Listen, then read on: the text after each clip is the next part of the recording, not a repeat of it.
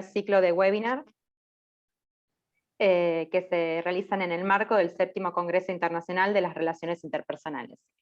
Así que bueno, desde el CERI, desde el Centro de Estudio de las Relaciones Interpersonales, le damos la bienvenida a estas jornadas webinar en el marco del 7º Congreso Internacional de las Relaciones Interpersonales, donde en esta oportunidad nos proponemos reflexionar de manera integral sobre los diversos factores que inciden en el desarrollo humano y buscar juntos respuestas adecuadas para su abordaje y superación, siempre desde una mirada multidisciplinaria que promueva la cooperación público-privado.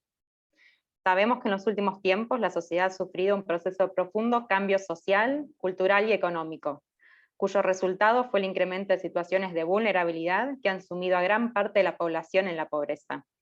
Por lo que ahora más que nunca la sociedad requiere del compromiso y colaboración de verdaderos agentes de cambio y transformación social, capaces de generar respuestas innovadoras en pos de un desarrollo humano integral y sostenible, así como también de una sólida cooperación internacional con el fin de alcanzar los objetivos de desarrollo sostenible. Nosotros le agregamos el humano. En este sentido, el desarrollo humano llama a construir alianzas estratégicas entre los gobiernos, el sector privado, el tercer sector, para responder adecuadamente a este complejo desafío. En esta primera actividad del 7º Congreso Internacional nos acompaña el doctor Pablo de la Torre, quien es secretario de Infancia y Familia en la Municipalidad de San Miguel y médico pediatra. Actualmente preside la Asociación Civil Concordia, dedicada a la producción y promoción de políticas públicas. El doctor de la Torre nos hablará sobre políticas públicas destinadas a la primera infancia.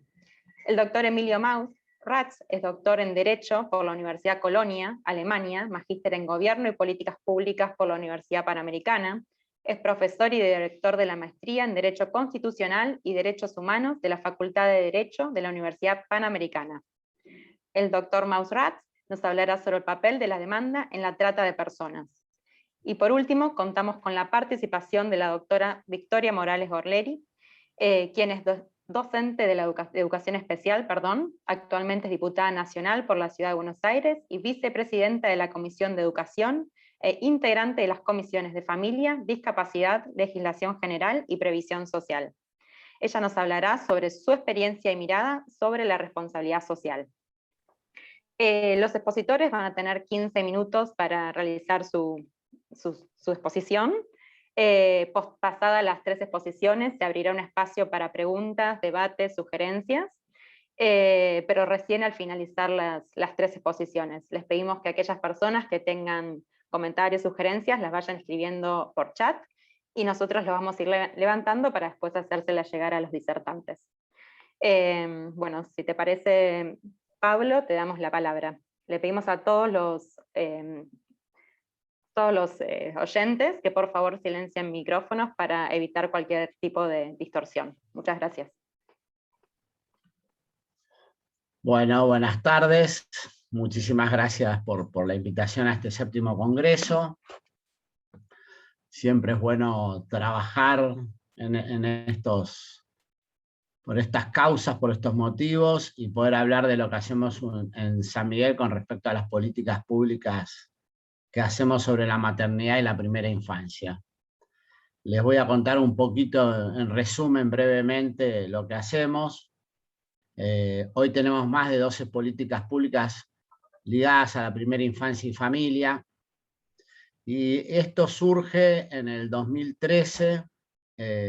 Bueno, yo soy médico pediatra, como muy bien dijo Sol, y en ese momento el intendente, que era Joaquín de la Torre, que es mi hermano mayor, nosotros somos 7 hermanos, él es mi hermano mayor, decide, me pide la posibilidad de hacer un diagnóstico de cómo estaba la situación materno-infantil en San Miguel, así que me da 6 meses para que me dedique a ver cuántas madres solteras había, cuántas madres adolescentes, cuántas madres consumían, qué índice de delitos había en cada uno de estos, en los barrios de San Miguel, y cómo afectaba eso a las familias, cuántos barrios tenían agua, cloacas, cuántos lugares tenían espacios para primera infancia, espacios de centros culturales o deportivos para que asistan las familias. Bueno, la realidad es que ese diagnóstico duró 6 meses, pero lo que más nos llamó la atención, más allá de los índices que eran bastante comunes a lo que es el conurbano bonaerense, nosotros estamos en el conurbano, en el segundo cordón. Bueno, lo que más nos llamó la atención o que nos hizo empezar a pensar lo que hoy yo dirijo, la Secretaría de Infancia y Familia, fue que en la sala de 4 de los jardines de infantes más pobres o más necesitados de San Miguel, los chicos hablaban en la sala de 4, hablaban 160, 180 palabras. Y en las escuelas privadas o en barrios más acomodados de San Miguel, los chicos hablaban entre 600 y 800 palabras. O sea, la primera intervención que tenía el Estado en la educación formal, ya había una diferencia, la comprensión y la expresión de la palabra muy grande, ya la brecha era muy grande. Eso es lo que nos hizo pensar, bueno, evidentemente tenemos que ir antes. O sea, como Estado estamos llegando tarde a esa primera infancia de esas familias. Ahí creamos los centros de desarrollo infanto-familiares. Estos centros de desarrollo infanto-familiares, justamente lo que hacemos es trabajar con el niño en 4 ejes principalmente, que son la nutrición, la estimulación temprana, el estímulo y el afecto, el vínculo, ¿sí? Para eso tenemos psicomotricistas, estimuladoras tempranas, docentes, nutricionistas, psicopedagogas. Bueno, cada uno de estos centros de desarrollo infanto-familiar cuenta con 22 profesionales. ¿Qué hacemos desde los 45 días a los 3 años?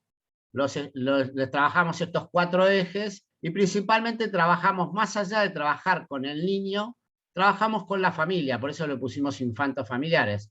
Porque en definitiva, ahora les explico, los niños que asisten a estos lugares son niños justamente que tienen los índices de las familias con más índice de vulnerabilidad, o sea, lo hacemos con puntaje, que se llama el IBI, el índice de vulnerabilidad infantil. ¿Qué quiere decir? Si ese niño vive en un lugar violento, la familia sufre violencia, la madre tiene una enfermedad de transmisión sexual, está desnutrida, tiene SIDA, sufre violencia, es soltera, es adolescente, bueno, todo eso tiene una cierta cantidad de puntos que se va sumando. Eso lo hicimos para darle una objetividad a quienes entran a estos lugares. Y segundo, el motivo es que a estos lugares vayan chicos que realmente lo necesitan y que nosotros podamos trabajar mientras tanto con esa familia, porque en definitiva, esa familia, por decirla de alguna manera, es el que está enfermando al chico, ¿sí? Si yo lo estimulo, juego, no sé qué, estas 4 o 5 horas que van al centro de desarrollo infanto-familiar, pero lo mando a la casa donde la mamá está consumiendo o se ve un arma arriba de la mesa, o hay situaciones de violencia, o hay situaciones de abuso, bueno, evidentemente esto va a ir al fracaso, o sea que si no trabajo yo con la familia, está bien, posteriormente ese niño va a seguir en el círculo vicioso, por más que yo le esté estimulando a ese chico, va a ir al lugar que de alguna manera lo está enfermando. ¿Está bien? Entonces por eso le hicimos este IBI, este índice de vulnerabilidad infantil, para darle una objetividad a los chicos que entran y que sean los más necesitados. Esto lo hacemos todo con recursos municipales. Aclaro esto porque esto es fundamental, que haya una decisión política del intendente de querer acompañar y hacer estas políticas. Y esto lo digo porque quizás no es una función o una obligación de un municipio hacerlo, pero cuando uno ve las realidades, le duelen y entonces ve que el prójimo está sufriendo y dice, bueno, evidentemente tengo que encarar o poner mi política pública en esto que en definitiva me está afectando a la comunidad. Seguramente que sea una política pública como está pensada, nosotros la pensamos a largo plazo, mediano y largo plazo, ¿está bien? Porque hoy el 60% de los chicos de la escuela pública, casi el 60%, todavía estos números no están, pero ya van a salir, hoy se habla que el 50% de los chicos en la abandonan en la escuela secundaria, ¿sí? El 50%, o sea, 1 de cada 2 chicos que entra a una escuela en la Argentina abandona. ¿Está bien? Este número post pandemia aumentó. ¿Eso qué quiere decir? Que esos chicos, cuando lleguen a los 18 años, la posibilidad de que sean libres de tener un trabajo, un trabajo digno, o que de alguna manera puedan estudiar lo que quieran, eso va a frustrar su futuro, ¿está bien? Miren, ahora, posteriormente, hace unos días hicimos una encuesta, estamos haciendo un programa que se llama Encontrarte en los barrios, que vamos casa por casa a ver si el chico volvió a la escuela o no volvió a la escuela. Algunos números, el 60% de los padres nos refieren y nos cuentan que este año y medio sus chicos sienten que no aprendieron nada, en el último año y medio no aprendieron nada. El 30% de los chicos va una vez a la escuela por semana. Lo que es más importante de la ausencia de presencialidad o de la falta de la virtualidad, ustedes saben que más del 40% de los chicos no tuvo posibilidad en los barrios de conectarse nunca virtualmente, ¿sí?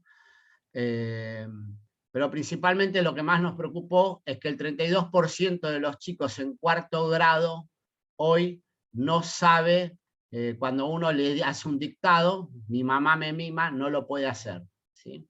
El 32% de los chicos en cuarto grado, y digo algo peor, el 20% de los chicos que están en tercer grado, ¿sí? En tercer grado, dentro del sistema educativo, el 20% no sabe leer y escribir. Estos son los chicos que están dentro del sistema, no los que ya abandonaron, ¿está bien?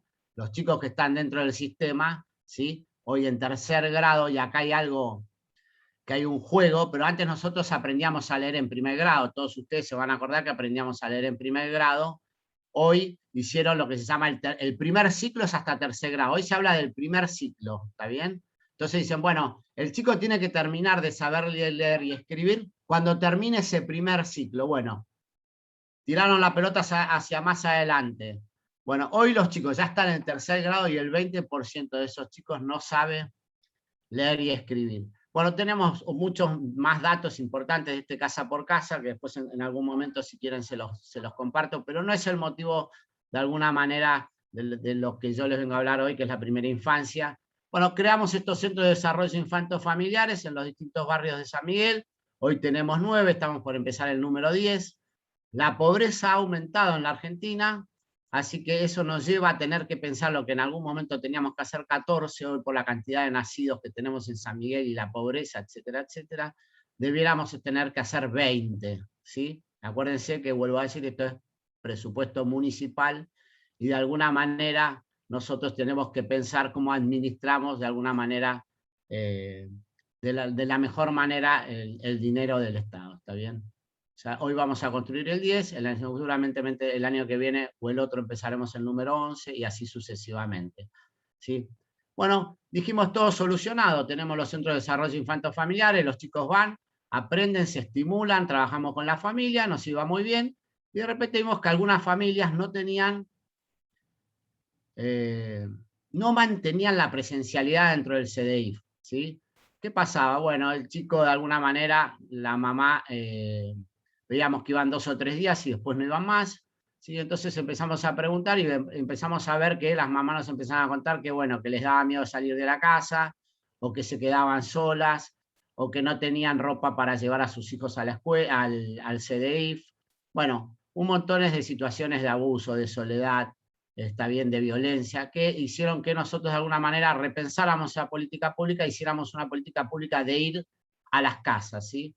Ahí directamente creamos el programa de acompañamiento familiar 1000 días. Este programa lo que nos hace es que nosotros vayamos con 2 acompañantes, que puede ser una psicóloga, una trabajadora social, o una trabajadora social y una enfermera, son dúos que siguen cada una de estas a 20 familias de San Miguel que están en esta situación, sí, que ni siquiera tienen la posibilidad de mantener de alguna manera la posibilidad de ir a un CDIF, que lo tienen a 2, 3, 4 cuadras de su casa, ¿está bien?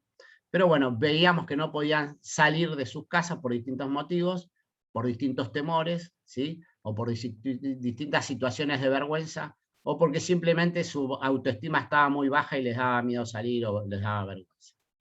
Bueno, este programa de acompañamiento a 1000 días lo hacemos desde el embarazo, le llamamos 1000 días porque justamente lo que hace este programa es, lo acompañamos desde el momento, desde la concepción hasta los primeros 2 años de vida. Esto está escrito en todos lados, hay miles de artículos sobre la importancia de los 1000 días.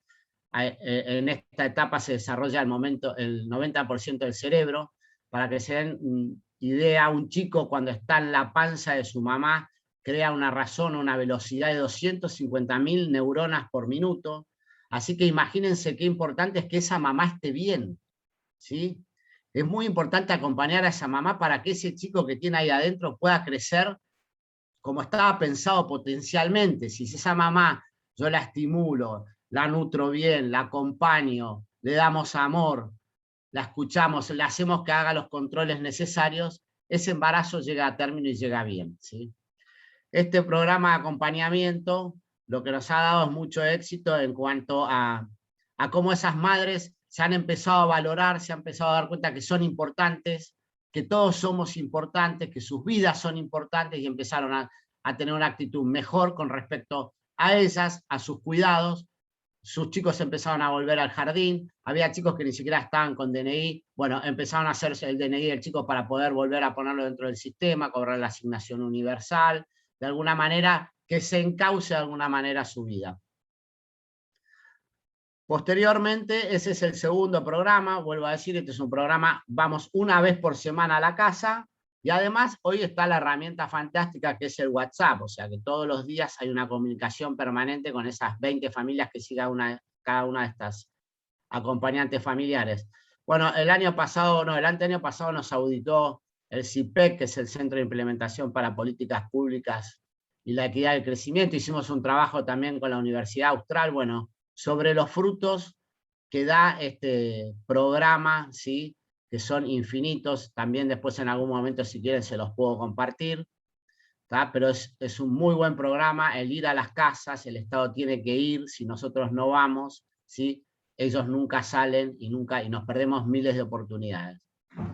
Una reflexión que puedo hacer de esto, ¿por qué pasa esto? Digamos, nosotros lo que vemos es que es un 20-25% de esta población que en los años 70 se vino con una esperanza, con ese valor de mi hijo el doctor, ¿sí? ¿Qué era ese? Bueno, era que si yo me rompía el lomo trabajando, a mi hijo le iba a ir mejor. Yo quizás era un chacarero, no había terminado el primario, el secundario, ¿sí? Pero era un chacarero, un obrero, pero que si yo me rompía el lomo trabajando, a mi hijo le iba a ir mejor. ¿Y eso qué generaba? Bueno, generaba que llevar al chico a la escuela, llevar al chico al centro de salud para que le den las vacunas. Bueno, eso en un 20-25% de la población en estos barrios vemos que se perdió esa esperanza de mi hijo, el doctor, ¿sí? Y dejaron entonces de llevar a sus hijos a la escuela porque a ellos no les fue mejor, dejaron de llevar sus hijos al centro de salud a hacer los controles porque no les fue mejor, ¿sí? Entonces, si nosotros no tenemos esa actitud proactiva de ir a buscar a esas familias pierden un montón de posibilidades y que esos chicos se puedan desarrollar como corresponde. Estos ya son 3 generaciones, empezó más o menos en los 70, ¿sí? Cuando en la Argentina había un 4 o 5% de pobreza, ¿sí? Y vemos hoy ya 4 generaciones viviendo en la misma casa, ¿sí? Ya quizás la chica de 15, 16 años que abandonó la escuela y quizás que su proyecto de vida sea tener un hijo y ya a los 15, 16 años está teniendo la 4ª generación, todos viviendo en el mismo terreno. Bueno, si no los vamos a buscar, a ayudar, a acompañar, a dar esperanza, a levantarles la autoestima, a mostrarles que son importantes, que ellos pueden, que pueden con sus vidas, perdemos miles de oportunidades. Así como pasó con el 1000 días, hicimos una tercera política pública. Yo le voy a hablar de las 4 más importantes porque tengo 15 minutos, pero tenemos más de 12 hoy y con muy buenos resultados, que es el camino de la embarazada. El camino de la embarazada, que es, bueno, también es ir a buscar a las embarazadas, esto lo hacemos los martes y los jueves. ¿Qué veíamos? Que el 70% de los chicos que se nos morían en la neonatología, la mamá no había hecho ningún control del embarazo. 70% de los chicos que se nos morían en la neonatología, la mamá no había hecho ningún embarazo. Esto que generaba el aumento de la mortalidad materna y el aumento, obviamente, de la mortalidad infantil, neonatal.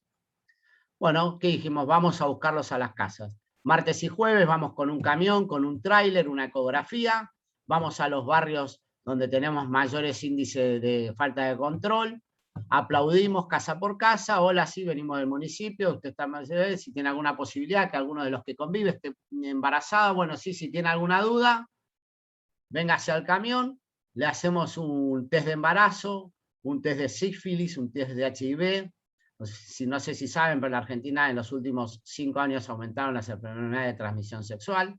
¿Sí? El sífilis se triplicó la cantidad de casos. Bueno, entonces test de sífilis, test de HIV, test de embarazo, le encontramos si da positivo, le hacemos una ecografía ahí mismo.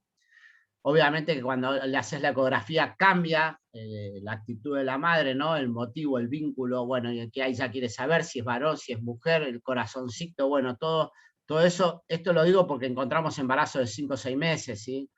No es que los encontramos 1 o 2 semanas, ¿sí? Embarazos de 4 a 5 meses sin controles. Bueno, y esto lo que ha hecho estos últimos por lo menos 3 años es que hayan disminuido tanto la mortalidad materna como la infantil y que los embarazos en el 100% de los casos hayan llegado a término, ¿sí? Porque muchas veces la falta de control, quizás no se nos morían los chicos, pero generaba una morbilidad muy alta. ¿Qué quiere decir esto? Que quizás el chico nacía de 24, 25, 26 semanas, o sea, 500, 600 gramos, y ese chico quizás no se nos moría porque tenemos una alta capacidad en la tecnología de alta complejidad, pero ese chico quedaba con secuelas, ¿sí? Posteriormente. Entonces la posibilidad de, si no vamos antes, quizás no solo nos aumentaba la morbilidad infantil, sino que aparte nos aumentaba la mortalidad materna y la mortalidad neonatal. Bueno, gracias a estos programas hemos reducido la mortalidad neonatal y hemos reducido también, obviamente, el año pasado no tuvimos ningún caso en los últimos 2 años en el hospital de San Miguel ningún caso de mortalidad materna, ¿sí?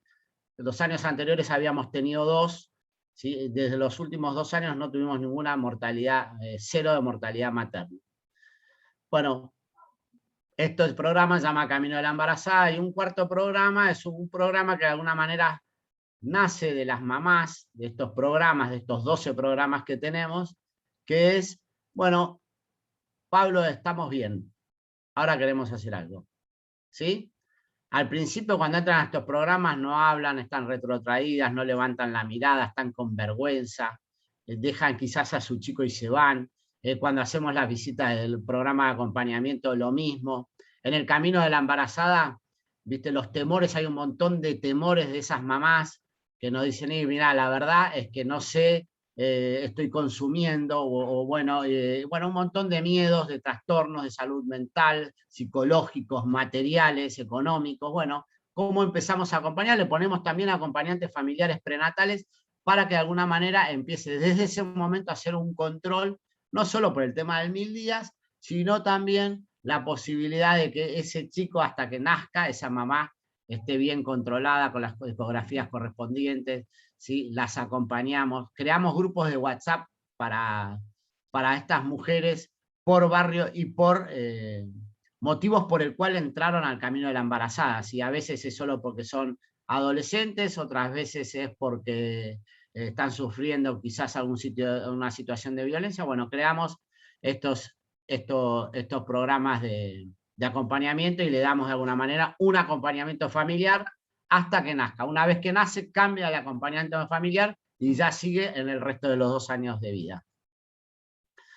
Bueno, hay un cuarto programa, es este Camino Proyecto de Vida, que es este programa que yo le digo que nació gracias o por motivación de las mamás que ya estaban muy bien. Acuérdense que los que entran a estos programas tienen una situación de vulnerabilidad muy grande. Bueno, después de 6 meses, no de 5 o 6 años, después de 6 meses de trabajar intensivamente, las madres cambian, ¿sí? Empiezan a hacer chistes, vienen con sus hijos bañados, ellas vienen bañadas y pintadas, vienen al Centro de Desarrollo Infantil-Familiar, se empiezan a comunicar con las otras mamás, antes no se hablaban, ¿sí? Dejan a sus hijos, hablan, se juntan, hacen charlas, van a tomar mate, y surge de esa decirme, Pablo, y ahora queremos hacer algo más. Sabemos que podemos, sabemos que somos importantes. Ya pude encaminar el tema de terminar la escuela, ya mi hijo comenzó de vuelta a la escuela, ahora quiero hacer algo más. Quiero y sé que puedo hacer algo más. Bueno, empezamos con este programa que se llama Proyecto de Vida, ¿sí? Nos juntamos una vez por semana con estas mamás, ¿sí? Y hacemos 40 minutos de una charla, ¿sí? Que es motivacional, que descubran cuáles son sus talentos, que se den cuenta que son importantes, en qué pueden ser buenas, en qué se pueden desarrollar. Bueno, hay un montón de temas personales y desarrollo personal. Ese encuentro semanal, después de esa primera charla de 40 minutos, tienen otra charla, en realidad no es charla de 40 minutos, es un taller de oficio, ¿sí? El municipio ofrece más de 30 talleres de oficio, ¿sí?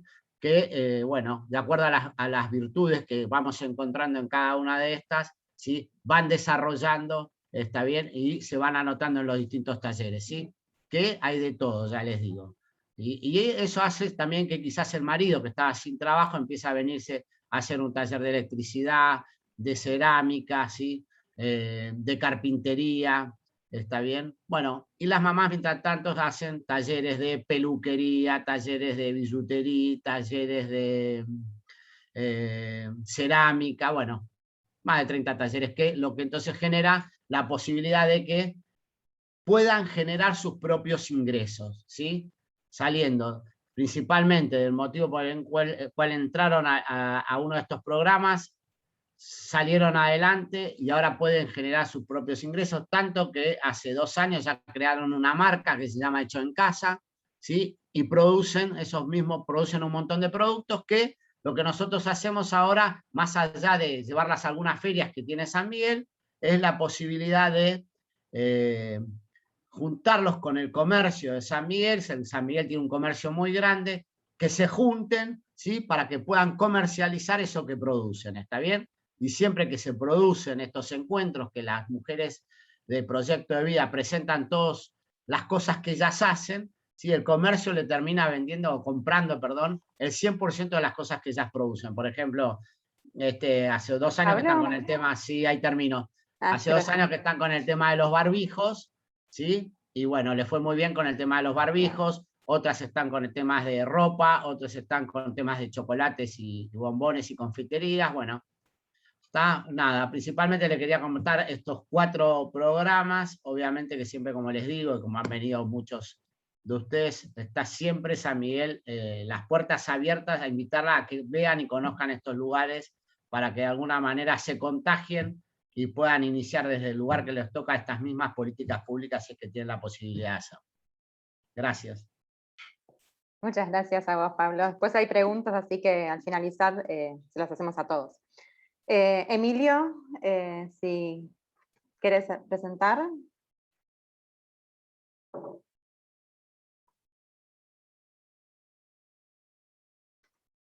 Perdón, doctor Emilio Mausratz.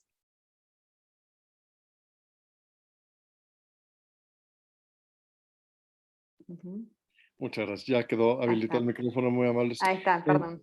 Perfecto, no hay ningún problema. Y también quisiera Compartir pasar pantalla.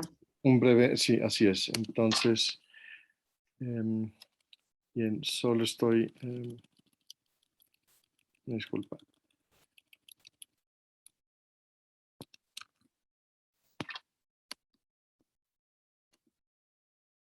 Me parece que está inhabilitada la función.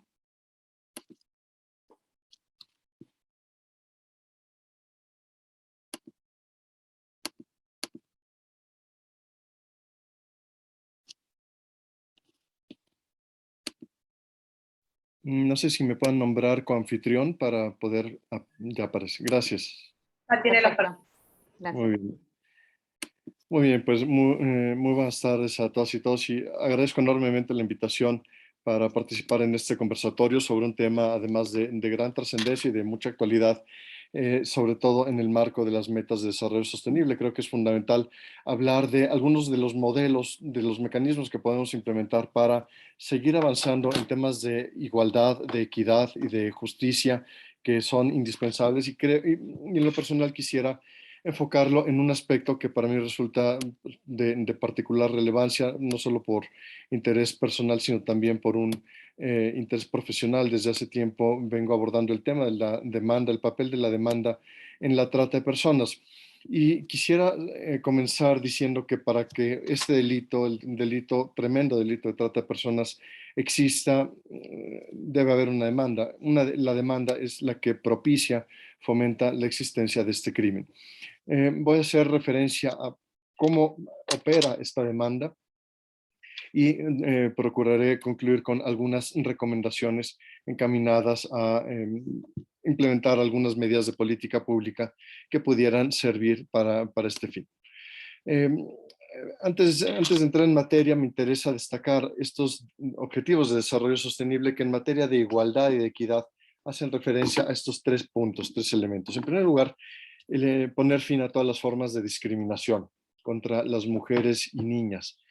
Me parece que este es un tema central y voy a abordar con algunos ejemplos por qué decimos que aquí hay discriminación.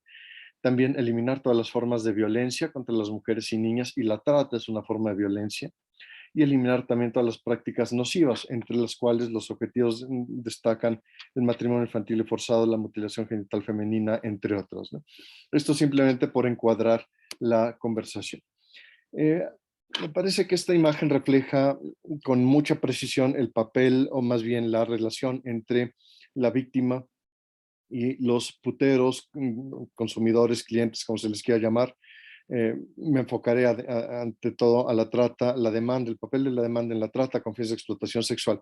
Y me parece que esta imagen refleja perfectamente esta postura o esta relación, ¿no? La víctima ante los depredadores, independientemente de las causas por las cuales una persona pudiera llegar a la prostitución, que en muchos de los casos es a través de la trata, en otras ocasiones pudiera ser forzadas por las circunstancias, pero de ordinario me parece que sigue siendo esta misma relación de un depredador hacia su víctima. ¿Cuál es la responsabilidad del consumidor? En primer lugar, él echa a andar el mecanismo de la trata de personas. De acuerdo con los diversos estudios disponibles sobre el tema de trata, el 98% de las víctimas de trata con fines de explotación sexual son del sexo femenino, mujeres, niñas. Un 2% varones, posiblemente esta cifra de 2% esté subregistrada, subrepresentada en atención a diversos factores, pero lo que es también prácticamente una verdad asumida, reconocida, aceptada por la información de la cual disponemos, es que el 100% de los consumidores son varones. Entonces, cuando hablamos del papel de la demanda, tenemos que enfocarnos también en la relación que ejerce el varón en la demanda provocada por el varón, que es quien en abuso de una situación de poder está financiando un negocio de explotación. Y en ese sentido hay una responsabilidad tanto económica como ética, moral, etcétera, y eventualmente también jurídica en función de los diferentes esquemas que se han implementado en diversos países. Simplemente también por destacar algo de la discusión, permítanme compartir con ustedes este testimonio de una sobreviviente de la trata de personas. Esa noche sentí por primera vez, estoy hablando la primera explotación, digamos, lo que era ser una puta. Tuve que atender a 8 hombres, me sentí horrible y avergonzada. Me duchaba después de cada encuentro, pero no podía lavar la suciedad que había en mí. Durante los siguientes 4 meses, no sé con cuántos cientos de hombres, fui forzada a tener sexo. Hombres jóvenes, viejos, gordos, asquerosos, soldados, maridos, hombres de negocios, etc. No importaba si estaba enferma o si estaba en mi periodo, tenía que trabajar o sería castigado. Bien, y esto lo menciono porque la mayoría de los esfuerzos durante muchos años que se han enfocado, que se han establecido para combatir la trata de personas, se han enfocado a la víctima o a la víctima potencial a través de campañas de concientización, medidas de prevención, etcétera, ocasionalmente algunas enfocadas en los tratantes y con bastante frecuencia el consumidor, cliente o putero, como le queramos denominar, suele pasar desapercibido. Por eso me parece que es fundamental involucrarlo en las medidas estatales para combatir la trata de personas, y no solo involucrarlo, sino responsabilizarlo de este delito que ocurre para satisfacer la demanda que provoca el consumidor.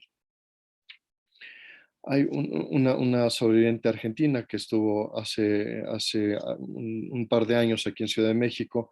En fin, le escuché lo siguiente: habla del putero que actúa en complicidad con el proxeneta y dice: nos daña física y emocionalmente, nos penetra en nuestra intimidad y sabe que somos vulnerables, ¿no? Aun cuando parezcamos fuertes en nuestros mini vestidos transparentes y demás. Y es claro que una persona en la prostitución sufre todo tipo de violencia, en la mayoría de las veces ejercida no por el tratante, que también ocurre, pero de ordinario por el cliente consumidor o putero. Sufrimos todo tipo de violencia, penetraciones no deseadas, vejaciones, humillaciones verbales, violencia económica. Mientras somos accedidas carnalmente, se hacen ofertas y contraofertas para conseguir penetrarnos por otros orificios. Y perdón por lo explícito de este testimonio, pero me parece que de algún modo hace falta poner la realidad sobre la mesa de qué es lo que ocurre y por qué es importante implementar algún tipo de sanción para el consumidor, cliente y demás, ¿no? Hay un estudio relacionado con la explotación sexual comercial de niños, niñas y adolescentes que dice que, en definitiva, el cliente explotador es el pedófilo, hombres en tránsito, explotadores oportunistas, proxenetas y demás. Pero bueno, en definitiva, estamos hablando de todo mundo, ¿no? En México, situaciones que han sido atestiguadas por diversas víctimas es que dentro de los clientes hay policías, agentes migratorios, alcaldes, narcotraficantes, empresarios, etcétera, ¿no? Dice, quizá uno de los mejores libros que he leído sobre el tema de trata de personas es El proxeneta de Mabel Lozano. Si no lo han leído, lo recomiendo muy ampliamente.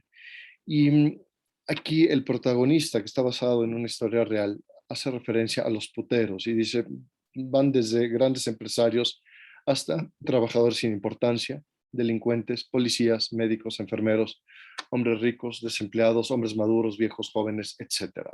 ¿Qué es lo que tienen en común? El ver a la persona no como sujeto, sino como una mercancía, como un producto desechable de usar y tirar.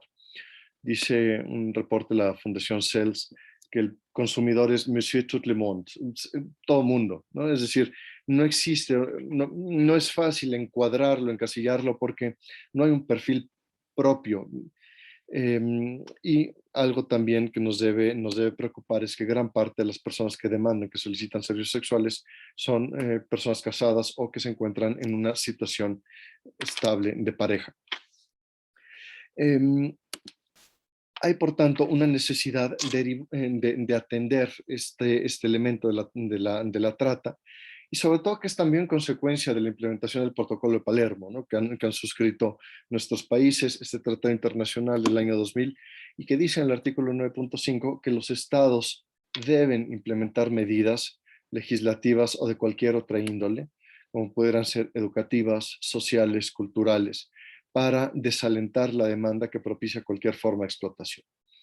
Y esto es peculiar porque, de ordinario, puedo hablar de la experiencia de mi país cuando en algún foro o en alguna mesa con autoridades, todo el mundo habla de la demanda, se menciona la necesidad de abordar la demanda, todo el mundo está de acuerdo, pero ya al momento de puntualizarlo y de establecer medidas concretas de, bueno, muy bien, ¿qué hacemos? Ahí posiblemente la gente no quiere hablar o no sabe qué decir. En fin, a fin de llenar ese vacío, pues a continuación algunas ideas que quizá pudieran ser.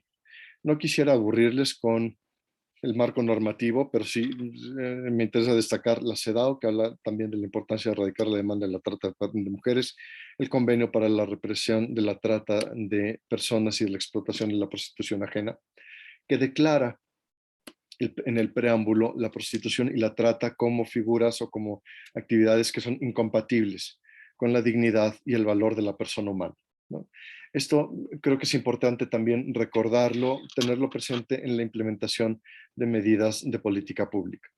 Y también que ponen en peligro el bienestar del individuo, de la familia y de la comunidad. Nuevamente, la Comisión de Belém do Pará también va más o menos en la misma línea. Y frente a esto, me parece que debemos ser, por una parte, valientes, audaces y también creativos respecto de qué podríamos hacer para erradicar la demanda.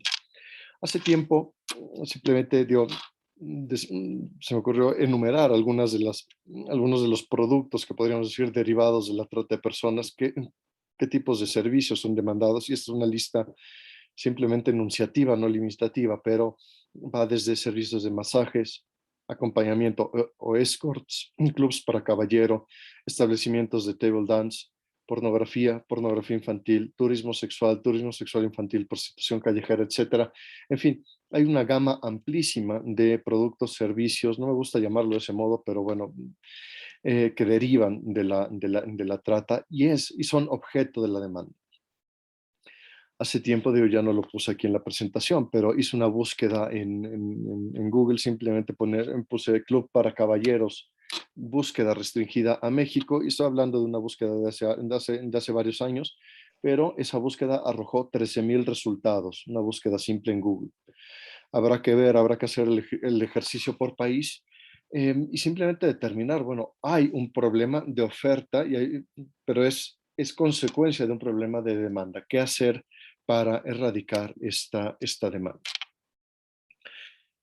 También hay un factor que con bastante frecuencia pasa desapercibido, que es el papel de la pornografía, que quizá algunos actores políticos y sociales prefieren omitirlo, prefieren no hablar de él, pues para no ser quizá tildados de mojigatos o de moralinos, pero los datos, me parece que la evidencia es abayazadora y confirma lo que muchos llevamos tiempo suponiendo y mencionando. Les comparto este testimonio de un cliente, de un consumidor. Está recogido por Víctor Malarek en un libro titulado The Johns, que dedica exclusivamente a hablar de los consumidores de la prostitución. Y uno de los entrevistados refiere que él estaba en casa viendo pornografía y lo siguiente que recuerdo es estar en mi automóvil buscando una mujer, buscando una prostituta. Es evidente que la pornografía alimenta la demanda para la prostitución y esta demanda para la prostitución genera la captación de mujeres y niñas y niños también con fines de satisfacción de esa demanda para explotación sexual. Si no abordamos el tema de la pornografía, estaremos, como se dice, arando en el desierto, es decir, serán esfuerzos que posiblemente no terminen de aterrizarse. Y por eso me interesa también dedicar algunas Emilio, reflexiones. Sí. disculpe, quedan 3 minutitos para ir cerrando un poco las Perfecto, ideas. gracias. Sí, Gracias. no hay problema. Em, Dedicar unas reflexiones al tema de la pornografía, ¿no? Que es excitación para el instinto, un combustible que alimenta la demanda de servicios sexuales. ¿De qué manera se traduce en la demanda? ¿De qué manera se traduce el impacto de la pornografía en la demanda? Por una parte, en la normalización de determinadas conductas, em, también una iniciación sexual a a edad cada vez más temprana, lo cual tiene una serie de implicaciones adicionales, pero también la decosificación de la sexualidad y de las personas, así como respuestas emocionales negativas, traumáticas, etcétera, y también como un factor que alimenta la demanda. Por otra parte, la pornografía es no solo algo que alimenta la demanda, sino también un producto de la explotación. Con bastante frecuencia se han capturado, detenido tratantes que tienen equipo para la producción de pornografía, junto con algunos otros factores adicionales. ¿Cuál es, en definitiva, el mensaje de la pornografía?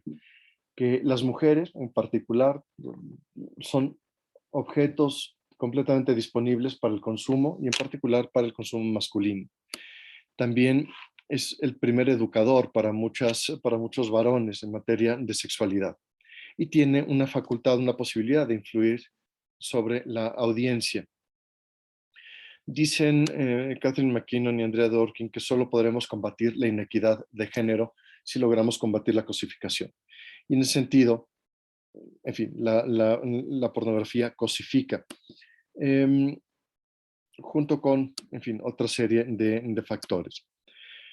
Perdón por la imagen, es una portada de una revista de 1978, pero me parece que refleja perfectamente esta cosificación por una parte y denigración por la otra.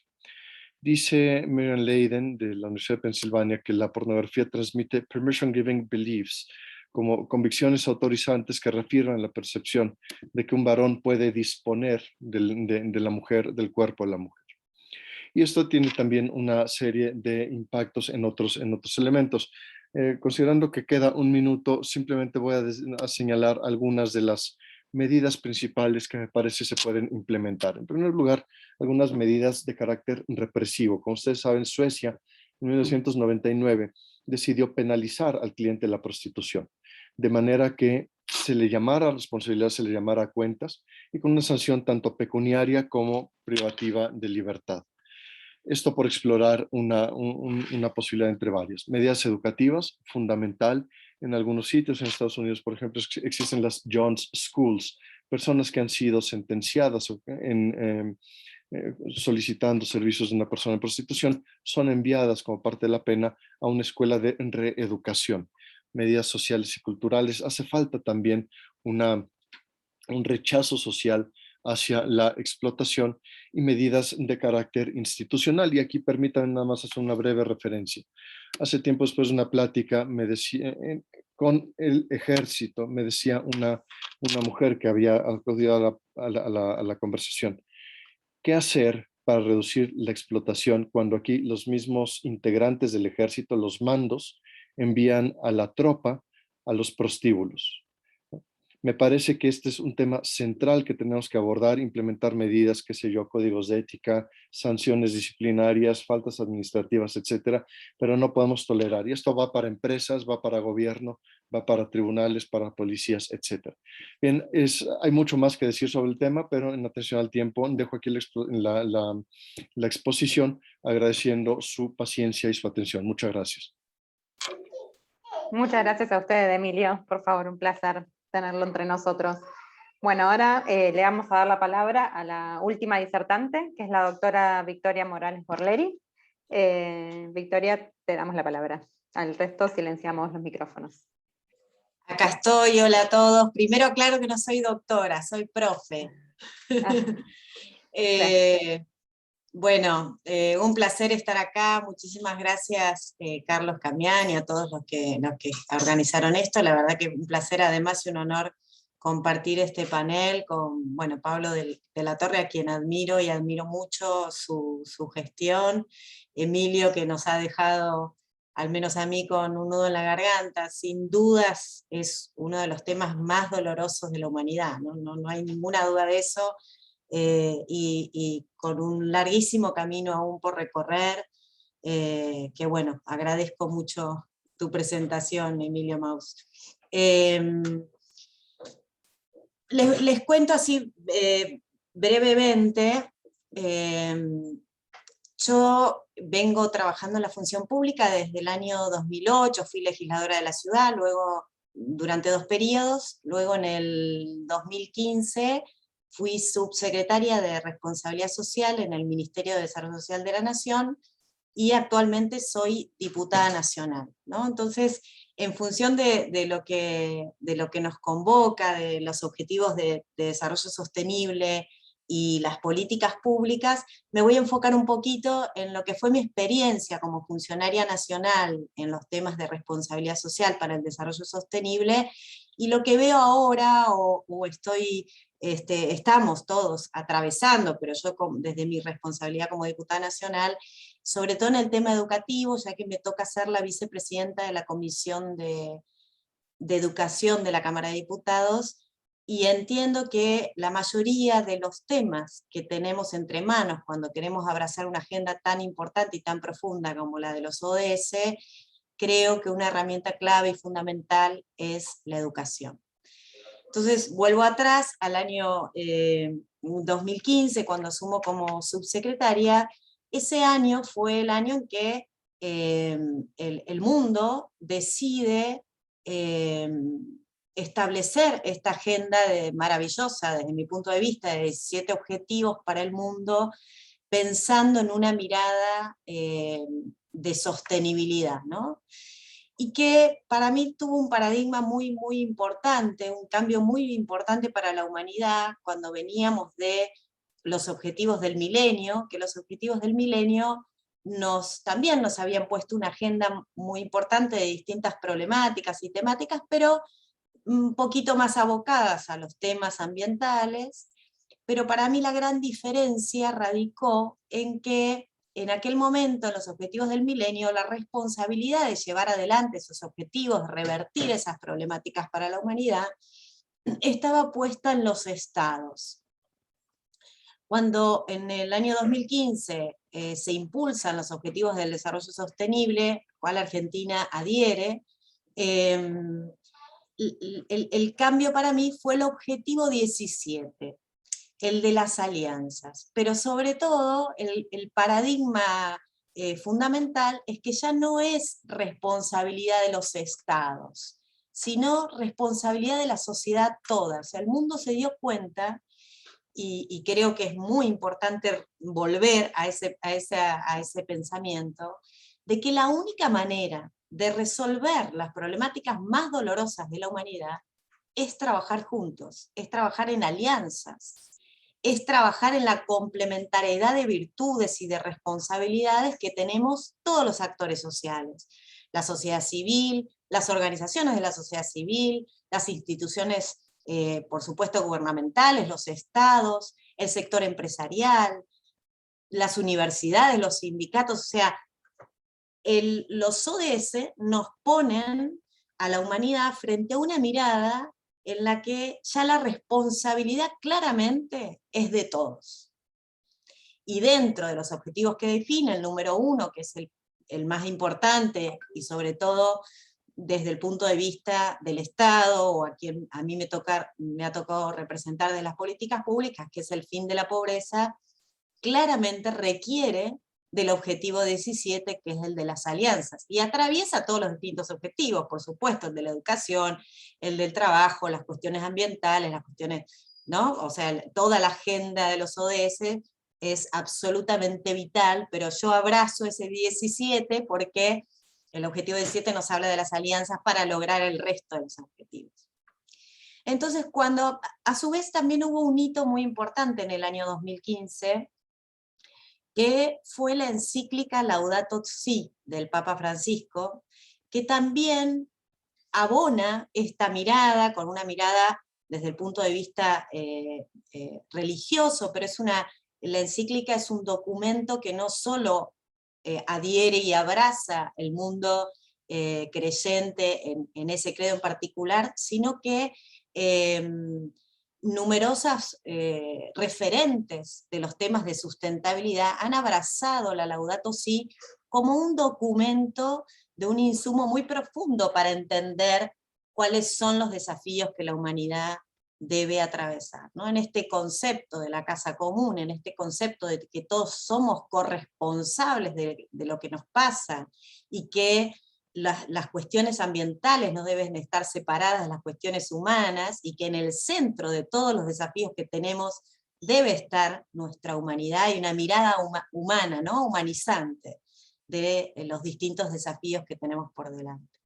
Entonces, en ese mismo año suceden ambas cuestiones, que revolucionaron el mundo y que revolucionaron la mirada de plantarnos frente a las políticas públicas, frente al lugar de las relaciones comerciales, las relaciones internacionales, los objetivos de las organizaciones de la sociedad civil, el mundo educativo, ¿no? Hubo como que nos ponen una agenda muy compleja de lograr hacia el 2030, que es la meta que tiene esta agenda.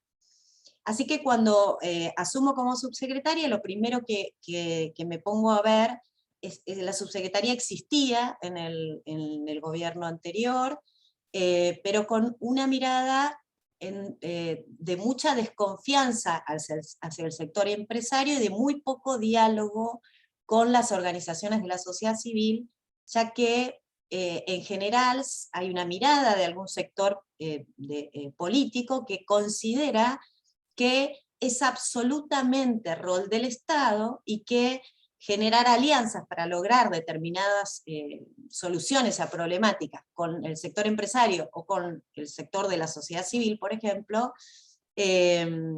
desvirtúa el objetivo del Estado, o es una suerte de competencia. Después, si quieren la pregunta, cuando haya preguntas, si les interesa que amplíe un poquito más, les cuento, pero yo tenía claramente esta sensación cuando asumí.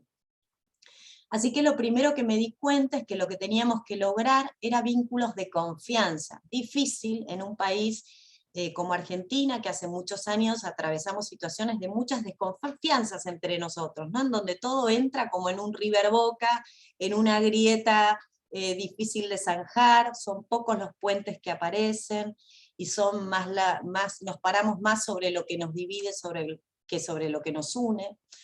Entonces, generé el Foro de Responsabilidad Social para el Desarrollo Sostenible, con como primer objetivo el ODS número 1, el del fin de la pobreza. Ahí en esa mesa, el Foro de Responsabilidad Social funcionó como una mesa de trabajo en donde empresas, organizaciones de la sociedad civil y distintos organismos públicos, tanto del ámbito nacional como provinciales e incluso municipales, formaron parte y juntos generamos con una dinámica muy particular, con reuniones de mucho tiempo, con profesionales que nos ayudaron, fuimos generando en conjunto estrategias para, en primer lugar, recuperar esos vínculos de confianza, ¿no? Entender las realidades de las distintas culturas institucionales, y poder generar acuerdos que efectivamente logren un impacto sostenible en las comunidades en las cuales queríamos trabajar. En ese diálogo, que fue muy bueno y que dio muchos frutos, pusimos como primer objetivo el trabajar sobre las comunidades más vulnerables de nuestro país. Ahí tomamos los índices de NBI, los índices de necesidades básicas insatisfechas, provincias por provincia, y teníamos un total de las más vulnerables eran aproximadamente entre 300 y 400 comunidades en nuestro país que estaban con índices de NBI por encima de un 60%. Así que, en conjunto, generamos distintos diseños de estrategias para trabajar e impactar en esas comunidades. Por supuesto, el mapa se inclinaba hacia el NOA y NEA, que son nuestras provincias que atraviesan situaciones más críticas. ¿Cómo empezamos a trabajar en esas comunidades? Entendimos que la única manera de generar transformaciones sostenibles, y eso Pablo nos contaba muy, muy claramente el trabajo que ellos vienen llevando adelante en el municipio, que a veces desde los estados, desde las funciones de gobierno, se toman lo que yo llamo decisiones de escritorio, ¿no? Cuando uno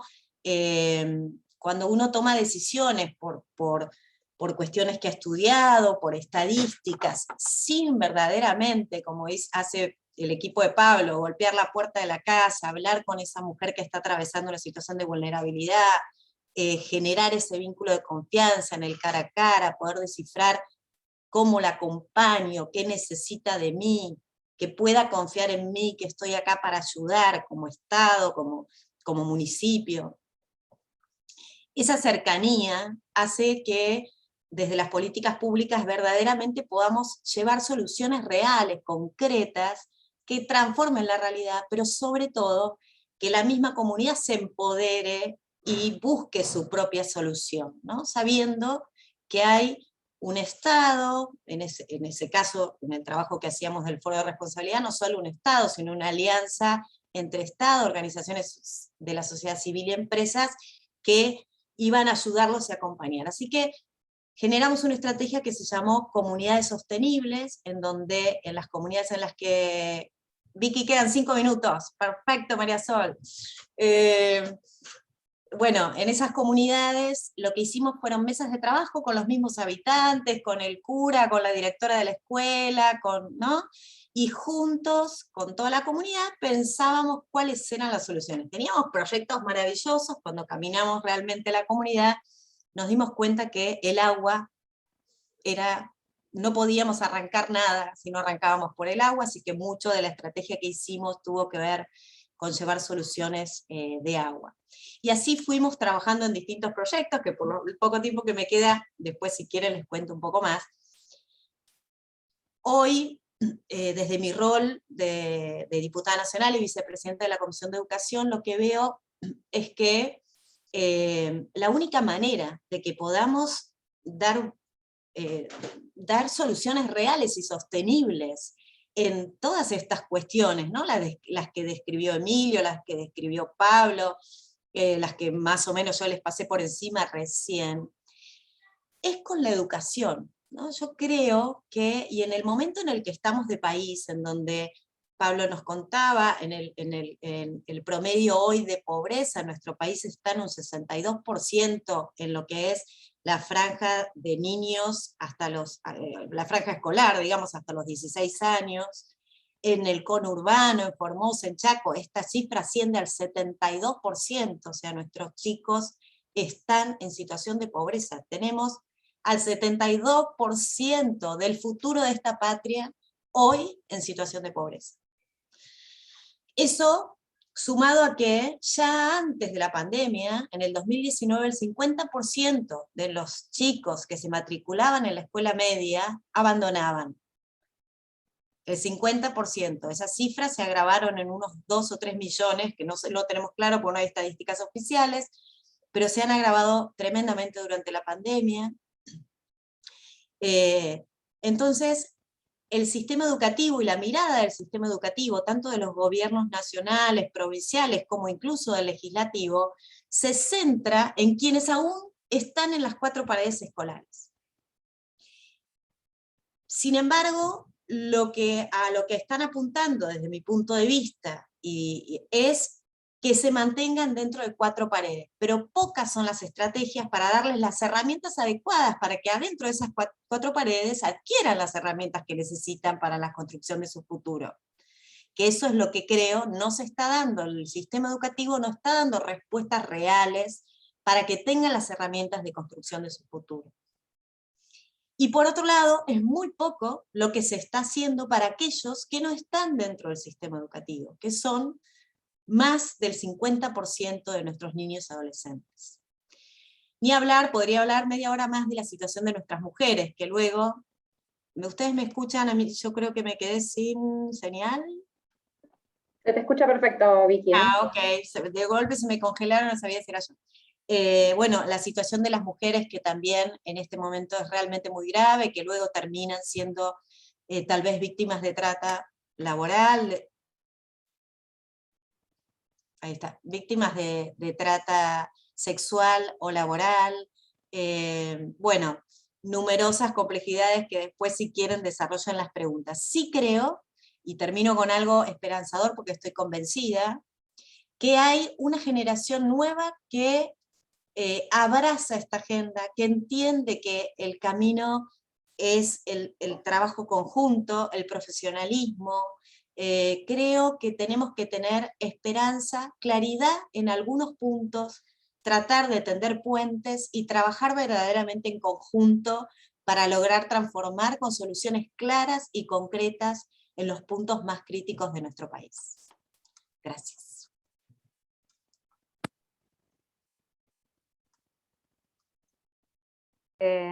Bueno, muchas gracias a los 3.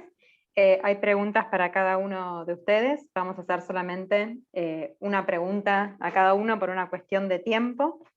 Si les parece, arranco por Pablo y mantengo el orden de exposiciones. A ver, Pablo.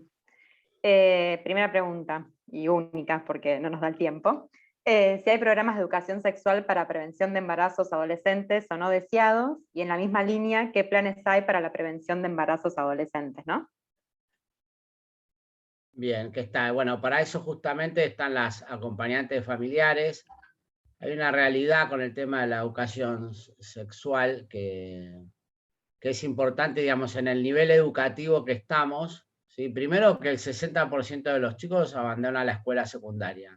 O sea, ya hoy tenemos un problema porque a un cierto sector de la juventud ya no le estamos llegando. O sea, que la educación sexual que se pretende dar en las escuelas, de alguna manera, o podríamos dar, ya no le estaríamos llegando a parte de ese sector, ¿está bien? Lo segundo es que sí, por supuesto se habla sobre la importancia del cuerpo. Lo primero que pasa cuando nosotros encontramos los embarazos en los barrios, el 67% de las mujeres no conoce su cuerpo, ¿sí?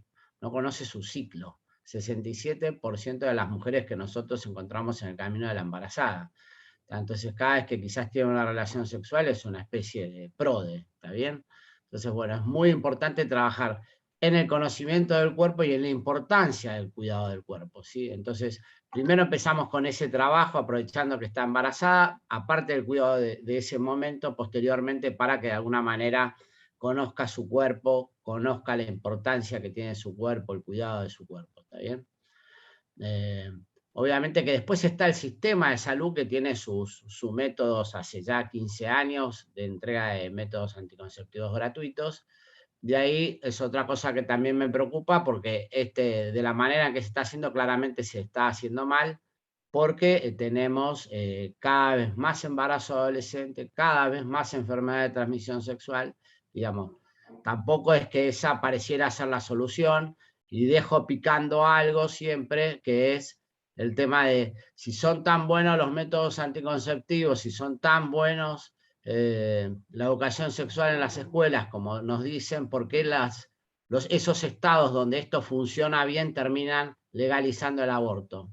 ¿Está bien? Evidentemente hay fracasos en estos temas, hay una mala mirada sobre estos temas y terminamos legalizando el aborto en los distintos lugares, ¿sí? Porque si eso fuera tan bueno y tan efectivo como nos dicen, no llegarían a la situación de tener que legalizar el aborto. Nada más, gracias.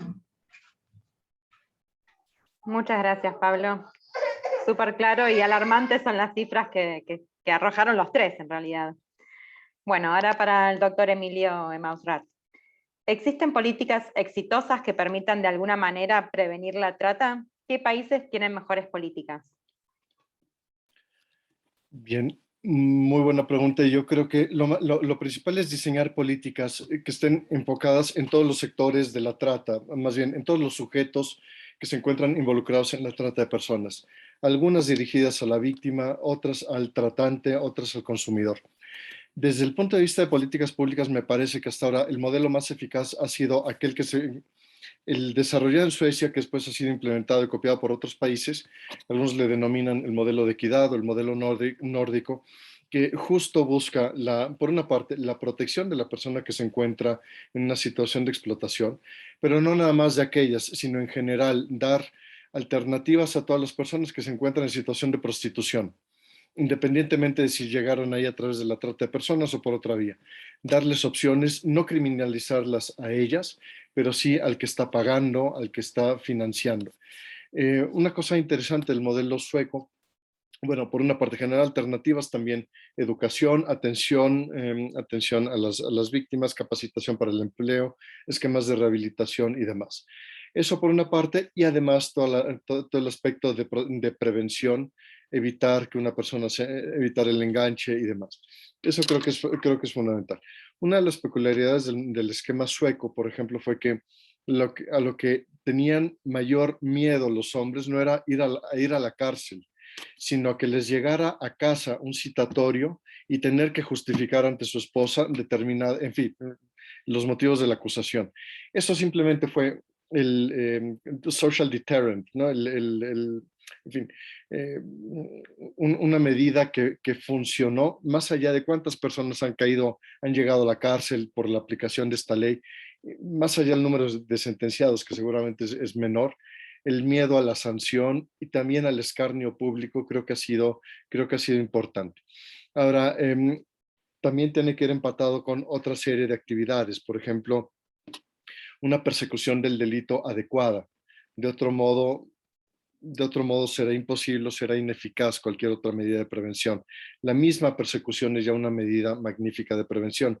Y en países, al menos como el mío, tenemos que vencer una serie de obstáculos, no solo vencer los problemas de carácter jurídico o legislativo, sino también la falta de preparación muchas veces de los servidores públicos, a veces también su mismo involucramiento en el tema, ignorancia ante el marco normativo y demás, y por otra parte problemas de corrupción y de impunidad que son tremendos. Entonces, no hay una respuesta fácil en relación a la pregunta.